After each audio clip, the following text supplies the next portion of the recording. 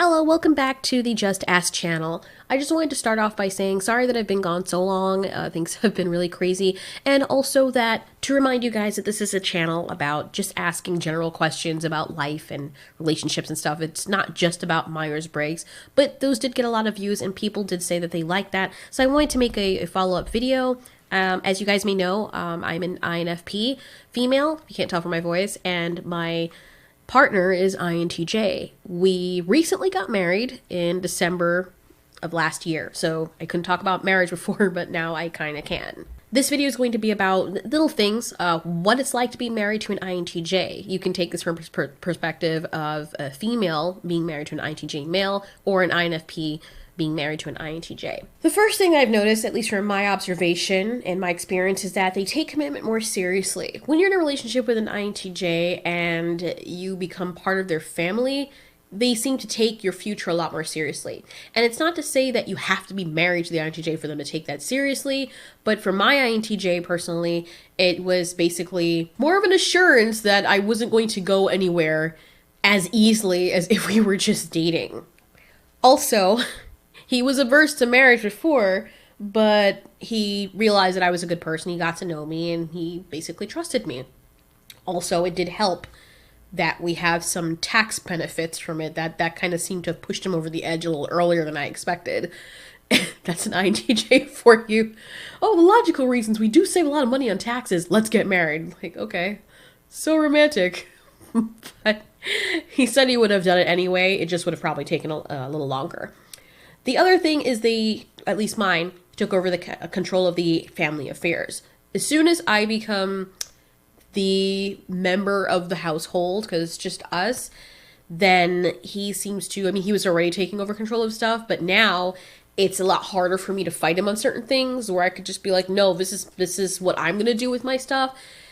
It's now for the benefit of both of us, and now things that I do could hurt both of us, or things that he does can hurt both of us. So now, since he likes doing all the planning and stuff and the tax scheduling, and when I say tax scheduling, I mean every time our money comes in, he has a whole spreadsheet out and the whole tabs in the spreadsheet. He does all of that. I don't have to do any of it because that's what he decided to do. I didn't ask him to do it. He also keeps lock on my purchases. Oh my god, I'm making myself sound so bad, but it's not that serious. Seriously, it's just, I know you guys get that from little I say. I don't mean it that way. I'm more than capable of taking care of myself and being responsible. Just sometimes I choose not to be. Just like sometimes he chooses to make unnecessary purchases. But for the most part, he takes over all the financial stuff. He makes all of the big decisions. And now that we're married, it's like, no, I'm the mister. I have a right to make those decisions. The other thing is our future. I guess he feels more secure. Now he's speaking about us. He was doing that before, but his language kind of changed. It was more so, well, what I'd like to do is this, and if we're still together, this, and blah blah blah. Now he never says it anymore. Everything going forward is just us, full stop. This is what we're gonna do. This is what I'd like to do. It's all about our home, and because now we're officially a family. So he feels more secure about that. He said that he felt before that he didn't feel as though I was going to go anywhere. That's another thing I wanted to talk about in another video because that's good, but it's also bad.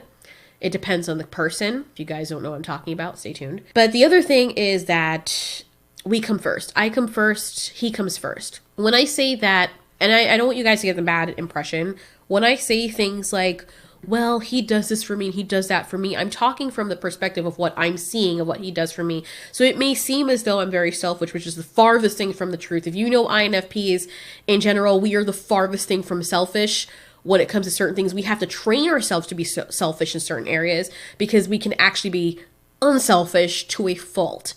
So when I'm talking about things that he does for me, I don't want you guys to get the impression that I'm siphoning off of him. That is farthest from the truth. And I am not insulted by that, but that is so far from my nature, it almost seems accusatory. Like, that is not who I am.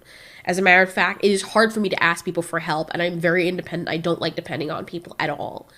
So That being said, when I say that I come first, I'm talking about from his perspective, what I've seen him doing. He's always come first for me. And that was always a problem for me. Everybody in the relationship always came first. It wasn't about me ever. It was always just about pleasing them alone and not pleasing myself. And that's why I fell into problems. And even with him, I had to back off and say no. In certain things, I have to love myself as much as I love this person. I can't love them more. And I have a problem with that. So with him, I come first. He also loves himself, but I also realize he's been a lot more protective, or at least he shows it a lot more. He's a lot more comfortable with showing how protective of me he is in our relationship as a married couple. Other than that, nothing else really changes.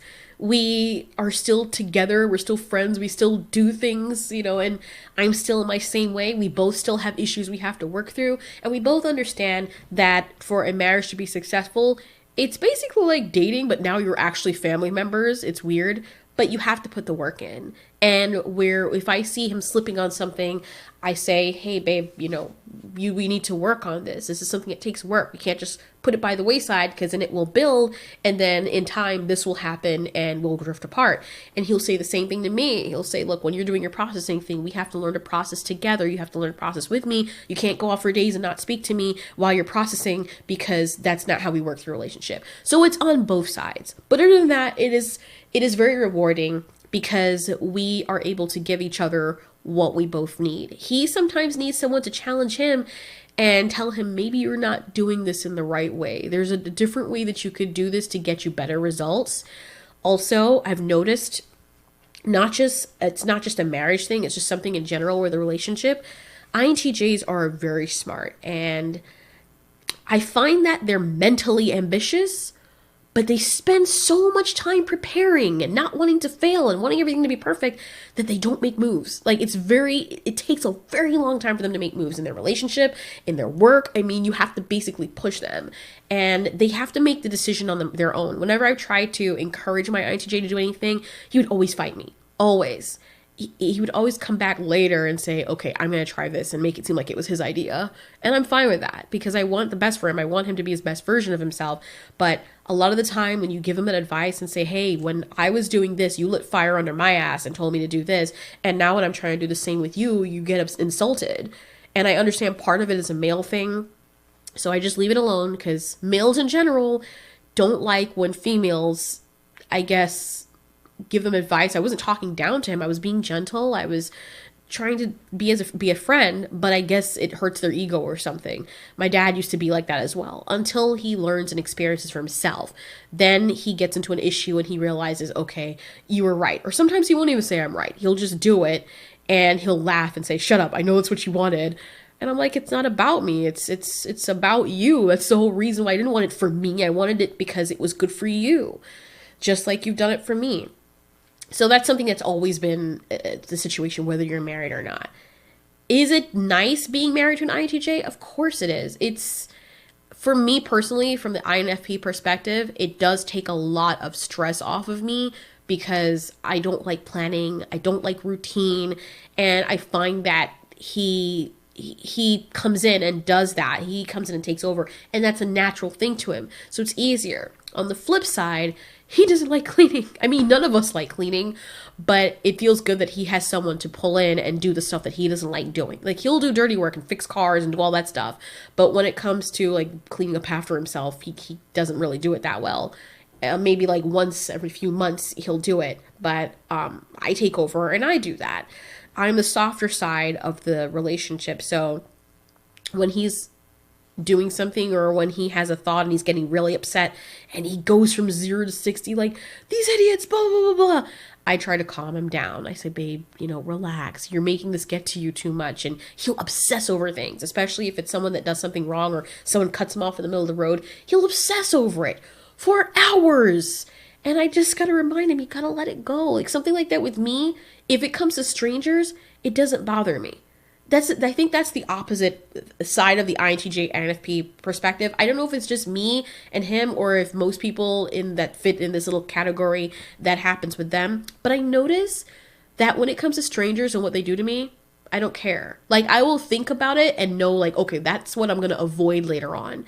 But if someone personally, like someone that's close to me does it, it hurts. Like, somebody can call me ugly. I don't care. Whatever. I've learned, and maybe that's part of me growing up. Maybe that's not an INFP thing. That's part of me having grown up and not wanting friends anyway.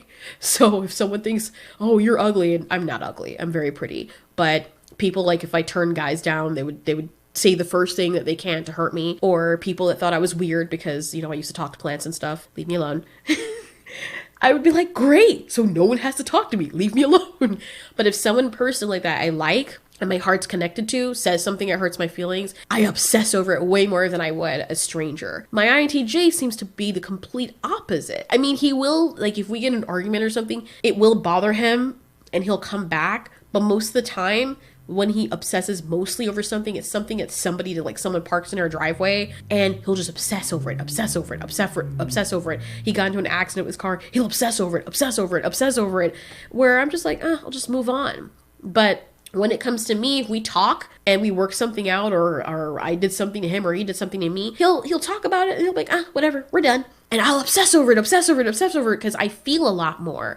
I feel so much. So when I'm connected with someone and that happens, even though I want to make it right and I talk about it, this is the reason why INFPs also close away, because they have to work through those emotions and sometimes it takes a while. I'll obsess over it because I'm not finished feeling it. And the true brunt of the feeling, like all of it, the full processing effect of the feeling won't hit me till way later after something happens.